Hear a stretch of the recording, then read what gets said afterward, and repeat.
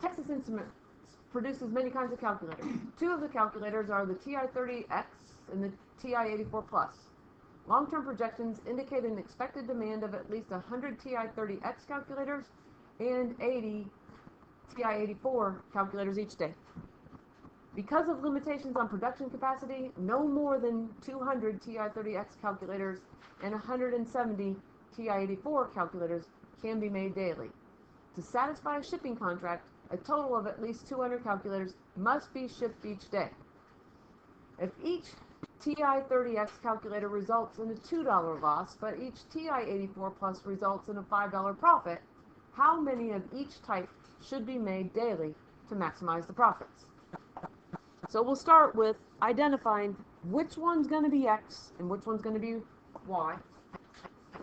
And I just went in order. I said X equals the TI-30X, and the Y equals the TI-84 Plus.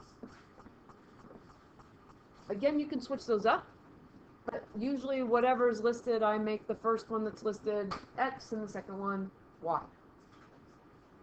Now, an interesting little statement right here says TI-30X calculators make a loss. So it costs them more money to make than what they sell them for. But that's going to help us determine our function for the net profit. Down here on letter E, which is our F of X and Y. But what it says that we're going to lose money when we make the TI-30X. $2. But we will make a $5 profit on the TI-84 Plus. So there's our objective quantity equation. And now we can go back and we can figure out what are our equations, what are our two things happening. But in this particular problem, there's not two things happening.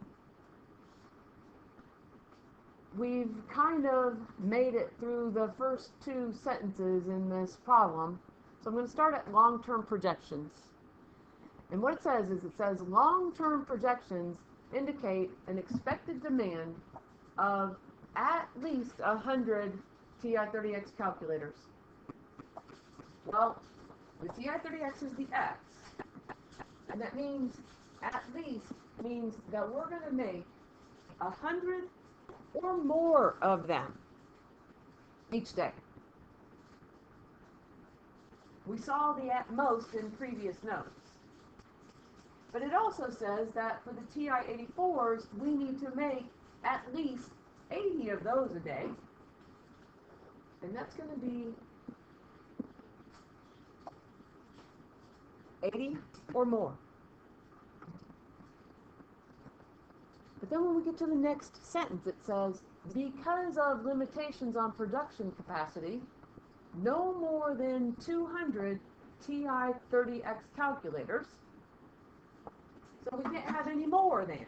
So this is going to be X is less than or equal to 200. We can make 100, we can make more, we can make 200 or less. And the same thing's going to happen with our TI-84 Plus. And that is, it says, and no more than 170 TI-84 calculators. And what happens here is that takes the place of X is greater than or equal to 0. It's saying we have to make some. So we're not going to have X is greater than or equal to 0. We're not going to have Y is greater than or equal to 0 in this one. And we have one more inequality, and that is going to be the next sentence. And what it says is, to satisfy a shipping contract, a total of at least 200 calculators must be shipped each day. So we don't know what kind they are, but some of them are going to be the TI-30X. Some of them are going to be the TI-84 Plus. And it says that we need to ship at least 200. So we can shift 200 or more. So here's our inequalities. And let's see if we can at least get the green and the red graphed.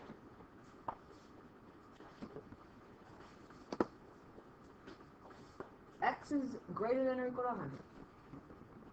Well, we're going to cross the x-axis, so do the best you can. You've got a ruler.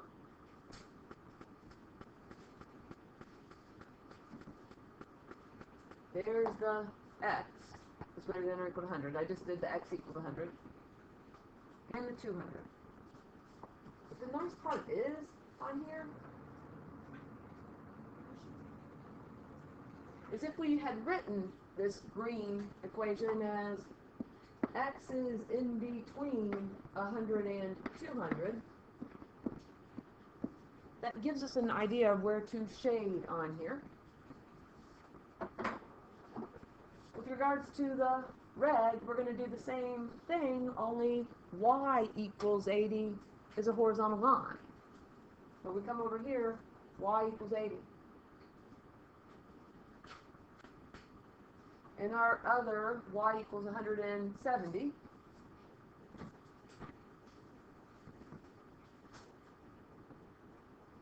So now we've got 4 of them graphed. And again, with regards to this y here, we could have written this as 80 is less than or equal to y is less than or equal to 170. And we know where to shade. So at least it gives us some idea of where to shade. But let's put this pinkish purple one into slope-intercept form by subtracting x from both sides.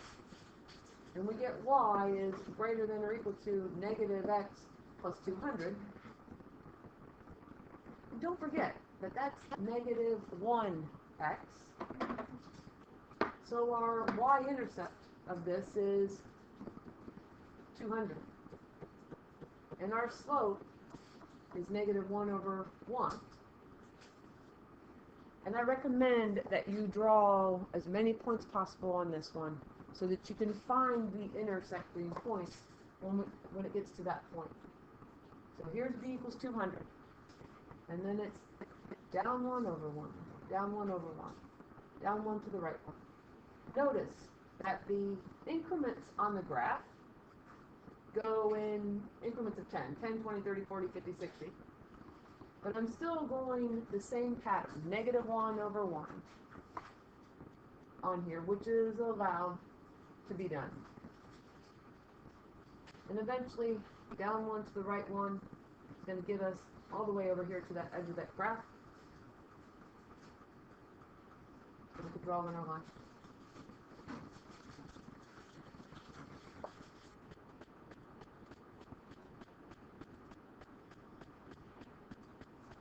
So now that we have all of the lines graphed, we need to shade. And the nice part here is if you do write the green inequality and the red inequality as x is in between 100 and 200, and when we come over here and shade, we're going to shade in between those two lines. And it's the same thing for the y's. Y is in between 80 and 170. We're going to shade in between. So now our only question is, where are we going to shade that pinkish purple line? And our pinkish purple line says y is greater than. So we're going to go to where the line crosses the y-axis, which is way off to the left, and where those values are going to be greater is kind of above, and it is above that 200.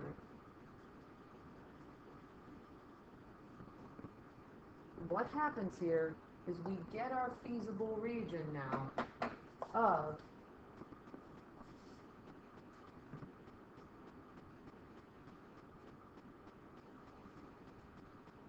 this portion of the graph. I'm going to shade it more, but just pause the video for a minute to see that if you need to.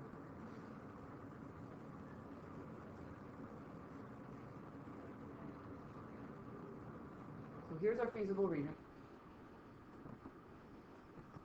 As we continue looking at the problem now, we've got some more directions. We've done part C. Draw the graph showing the feasible region. Now we need to list the coordinates of the feasible region. And again, they don't have to be in the same order that mine are listed, but we have to have them all. So the first value that I might see is this point right there, which is 120, 80. Another value that I see is this one right here, which is 100, 100. We have a point here, which is 100, 170.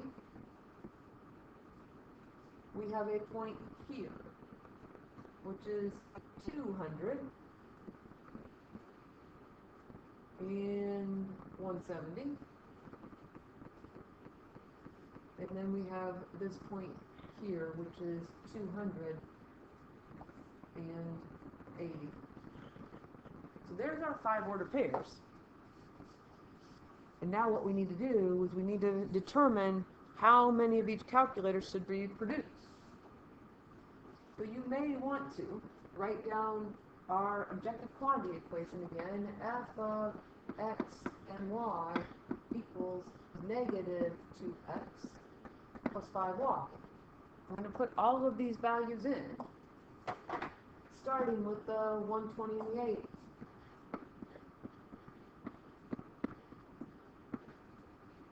So our order pair, 120, 80, it represents 120 of the not graphing calculators and 80 of the graphing calculators. The TI-30X is the 120, the TI-84 Plus is the 80. We're going to put 120 in for X. We're going to put 80 in for Y. So this is going to be negative 2 times 120 plus 5 times 80. And maybe we want to just use our calculator here. Negative 2 times 120 plus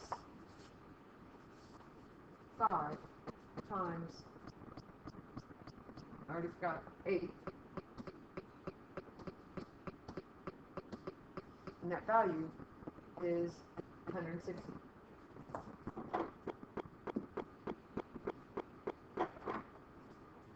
Our next order pair is 100, 100.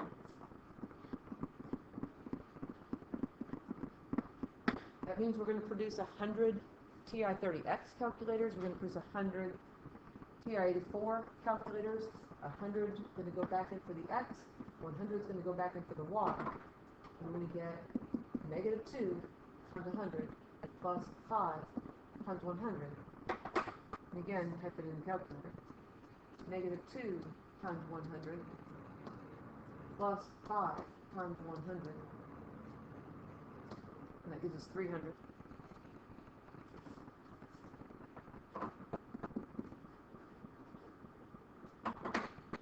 Our next order pair is a 100 and 170.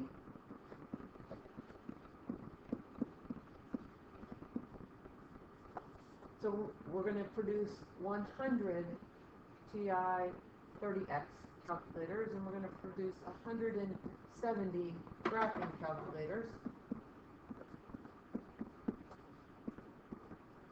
And we'll type that into our calculator.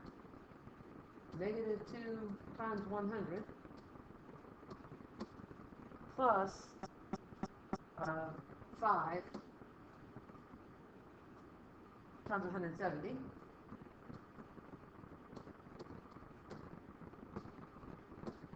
which gives us 650.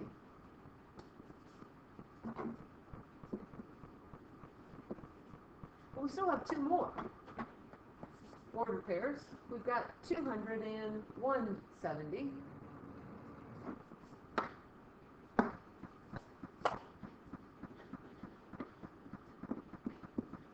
that means we're going to make 200 not graphing calculators, 170 graphing calculators. 200 is going to go back into the equation for x. 170 is going to go back in here for the y.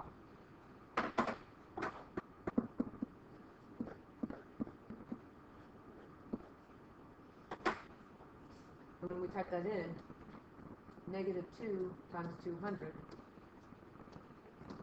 plus 5 times 170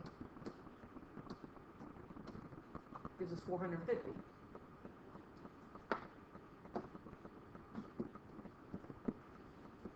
And one last value to look at, the 200 and the 80.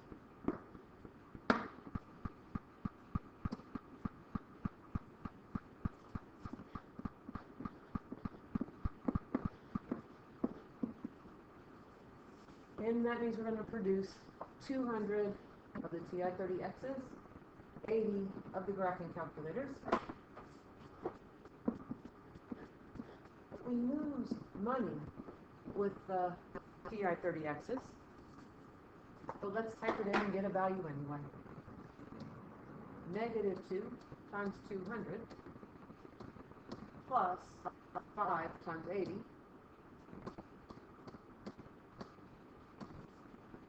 gives us 0.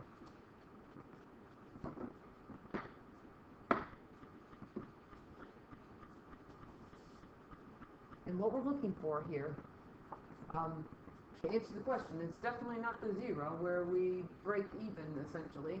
It says determine how many of each calculator should be produced to maximize the net profit. Well, our 160, 300, 650, 450, 0, those are all our profits. So we want the biggest number there, which is the 650. Consequently, what that means is we want to make 100 TI-30X calculators. We want to make 170 TI-84 plus calculators for a profit per day of $650.